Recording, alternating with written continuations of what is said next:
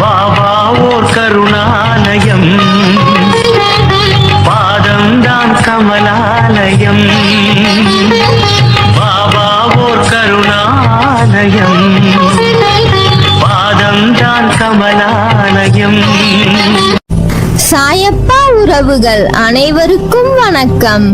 சாயப்பா மேல் நம்பிக்கை வைத்து அவரை நினைத்துக் கொண்டிருக்கும் உங்கள் அனைவரின் வேண்டுதலையும் சாயப்பா நிறைவேற்றுவார். நல்லதே நினைப்போம், நல்லதே நடக்கும். என்றும் சாயப்பாவின் அருள் உங்களுக்கு இருக்கும். நம் மனதிற்கு இதமான சாயப்பாவின் இன்றைய அருள்மொழியை கேட்போமா? அன்பு குழந்தையே, நீ வெற்றி மேல் வெற்றி பெற போகிறாய். நீ சந்தோஷமாக சீரும் சிறப்புமாக வாழப் போகிறாய். என் துணை என்றும் உனக்குண்டு. எல்லாம் இருந்தும் தோற்றவர்களும் இங்கு இருக்கிறார்கள். எதுவும் இல்லாமல் வென்றவர்களும் இங்கு இருக்கிறார்கள். ஒன்றே ஒன்றுதான் அவர்களை பிரித்து காட்டுகிறது. அதுதான் அவர்களுக்கு வெற்றியை பெற்று தருகிறது. அது நம்பிக்கை, தன்னம்பிக்கை. மன அழுத்தத்தோடு சிந்திக்காதீர்கள். அது ஒருபோதும் வெற்றியை தராது. புன்னகையோடு சிந்தித்து பாருங்கள்.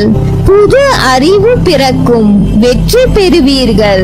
வெற்றி மகிழ்ச்சிக்கு முக்கியமல்ல, மகிழ்ச்சியே வெற்றிக்கு முக்கியம். நீங்கள் செய்வதை நீங்களே விரும்பினால் வெற்றி நிச்சயம். வெற்றி என்பது வளர்ந்த மரம் போல். விதையை தூவிய மறுகணமே மரத்தை எதிர்பார்க்காதீர்கள். வெற்றியை தேடி பயணிப்பவன் தேய்ந்து போகலாம். பொறுப்பை சுமந்து பயணிப்பவன் தோற்பதில்லை. ஒவ்வொரு நாளையும் தொடங்கும் பொழுது நீங்கள் எதை பற்றிய எண்ணங்களால் அந்த நாளை தொடங்குகிறீர்கள் என்பதில் மிகவும் கவனமாக இருங்கள். உங்களது இன்றைய எண்ணங்கள் நாளை உங்கள் வாழ்வாக மாறும். அறியாததை செய்வதை விட அறிந்ததை சிறப்பாக செய்யுங்கள். செயலை செய்வதென்றால் உலகில் உங்களை விட சிறப்பாக செய்ய முடியாத அளவுக்கு சிறப்பாக செய்ய முயற்சி செய்யுங்கள். இன்று நினைத்ததை இன்றே செய்து விடுங்கள்.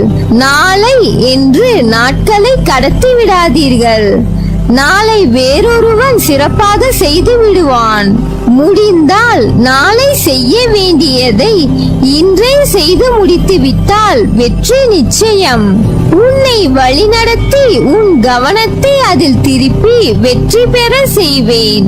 நன்றாக ஞாபகம் வைத்துக்கொள். ஒன்று உன்னிடத்தில் நடக்கவில்லை என்றால் அதை விட உயர்ந்த மேலான விஷயங்கள் நடக்கப் போகிறது என்று அர்த்தம்.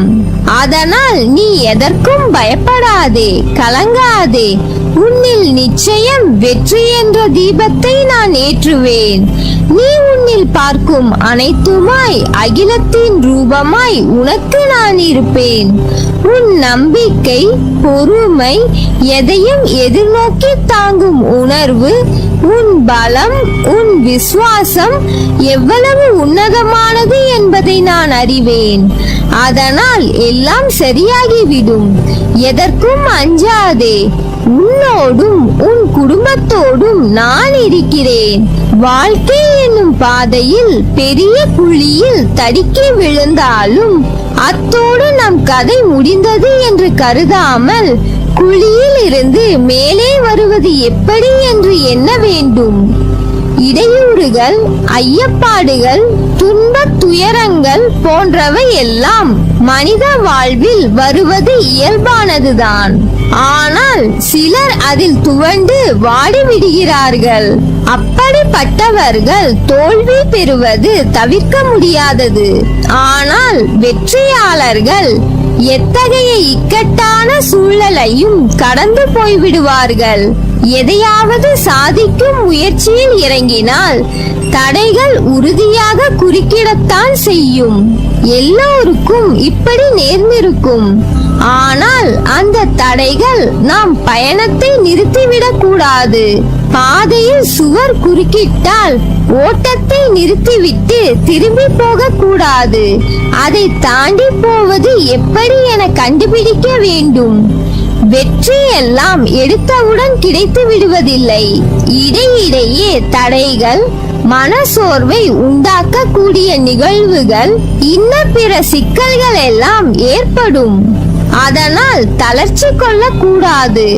நமக்கு ஏற்படும் தடைகள் தான் நம்மை நின்று நிதானித்து சிந்திக்க செய்கிறது. அடுத்த அடியை எப்படி எவ்வளவு அழுத்தத்தோடு எடுத்து வைக்க வேண்டும் என்பதற்கு அத்தகைய தடைகள் கூட நமக்கு தேவைதான். வெற்றி பெறுபவர்களை கேட்டு பாருங்கள். அப்பப்பா, என்னுடைய முன்னேற்றத்திற்கு தான் எத்தனை தடைகள் இருந்தாலும் நான் மனம் தளரவில்லை, சலிக்காமல் முயன்றேன். அதனால்தான் இன்று இந்த நிலையில் வாழ்கிறேன் என்பார்கள். பயணம் செய்யும் போது வழியில் கல்லும் முள்ளும் இருக்கத்தான் செய்யும். நாம் தான் பார்த்து நடக்க வேண்டும். தவறி போய் முள் குத்தினாலும் அதை பிடுங்கி எறிந்துவிட்டு பயணத்தை தொடர வேண்டியதுதான். அதற்காக அங்கேயே அமர்ந்து விடுகிறோமா என்ன? நம்மை தொல்லைகள், துன்பங்கள், தடைகள் குறுக்கிடும் போது துவண்டு விடாதீர்கள். அதுதான் வாழ்க்கை என்று உங்கள் திறமைக்கு நீங்களே முற்றுப்புள்ளி வைக்காதீர்கள். அதையும் மீறி நம்மால் முடியும், எதிர்கொள்ள முடியும் என்று மன உறுதியுடன் சிகரத்தை நோக்கி சலிப்பின்றி பயணம் செய்யுங்கள். தோல்வியாளர்களிடமிருந்து வெற்றியாளர்கள் சில விஷயங்களில் தனித்து நிற்பதால் தான் வெற்றியாளர்களாக உருவாகின்றனர். தோல்வி அடைபவர்கள் ஒரு விஷயத்தை செய்ய வேண்டும் என்று நினைப்பார்கள், ஆனால் செய்ய மாட்டார்கள். அல்லது எதை செய்யக்கூடாது என நினைக்கிறார்களோ அதனை செய்வார்கள். வெற்றியாளர்கள் எதை செய்ய நினைக்கிறார்களோ அதனை செய்து முடிப்பார்கள். அதே போல செய்ய வேண்டாம் என்று முடிவெடுத்தால் கண்டிப்பாக அதை செய்ய மாட்டார்கள். தோல்வியாளர்கள் ஒவ்வொரு வாய்ப்பிலும் பிரச்சனையை பார்ப்பார்கள், ஆனால் வெற்றியாளர்கள் ஒவ்வொரு பிரச்சனைகளையே வாய்ப்பாக பார்ப்பார்கள். தோல்வியாளர்கள் மனதில் தோன்றுவதை செய்வார்கள், ஆனால் வெற்றியாளர்கள் நன்கு திட்டமிட்டு செயலாற்றுவார்கள். தோல்வியாளர்கள் அடுத்தவர்கள் வழிமுறைகளை நிராகரிப்பார்கள். ஏனெனில் ஏற்றுக்கொண்டால் அவர்களை விட நாம் தாழ்ந்தவர்கள் ஆகி விடுவோமோ என்று எண்ணுவார்கள். ஆனால் வெற்றியாளர்கள் அடுத்தவர்களின் வழிமுறைகளை ஏற்றுக்கொள்வார்கள். ஏனெனில் அதிலிருந்து அவர்கள் புதிதாக கற்றுக்கொள்ள தயாராக இருப்பார்கள். தோல்வியாளர்கள் முதல் தோல்வியிலேயே அம்முயற்சியில் இருந்து வெளிவந்து விடுவார்கள். ஆனால் வெற்றியாளர்கள் ஒவ்வொரு தோல்வியையும் வெற்றிக்கான படிக்கட்டுகளாக மாற்றுவார்கள். வெற்றியாளர்கள் தங்களது கனவு நனவாகும் வரை முயற்சி செய்வார்கள். தோல்வியாளர்கள் வெற்றியாளர்களை பார்த்து பொறாமைப்படுவார்கள். ஆனால் வெற்றியாளர்கள் வெற்றி பெற்ற ஒவ்வொருவரையும் பாராட்டுவார்கள். தோல்வியாளர்கள் பொழுதுபோக்கு நிகழ்ச்சிகளுக்கு முக்கியத்துவம் அளிப்பர். வெற்றியாளர்கள் வேலையையும் ஓய்வையும் சமமாக எடுத்துக்கொள்வார்கள். தோல்வியாளர்கள் அடுத்த அடிக்கு நகரமாட்டார்கள். ஏனெனில் அடுத்தது என்ன ஆகுமோ என்று பயம் அவர்களை சூழ்ந்திருக்கும். வெற்றியாளர்கள் தங்கள் எதிர்மறை எண்ணங்களை தவிர்த்துவிட்டு அடுத்த கட்டத்திற்கு செல்வதையே சிந்தித்துக் கொண்டிருப்பார்கள். தற்போது நீ வெற்றியாளரா இல்லை தோல்வியாளரா என்பதை உன் மனம் உணர்த்தி விட்டதா? நீ வெற்றியாளர் பட்டியலில் இருப்பின் உனது செயலை தொடர்ந்து சிறப்பாக செய். இல்லையெனில் வெற்றியாளர்களாக மாறுவதற்கு வெற்றியாளர்களை பின்தொடர முயற்சி செய். எனவே வாழ்வில் வெற்றி பெற உன்னை மாற்றிக்கொள்.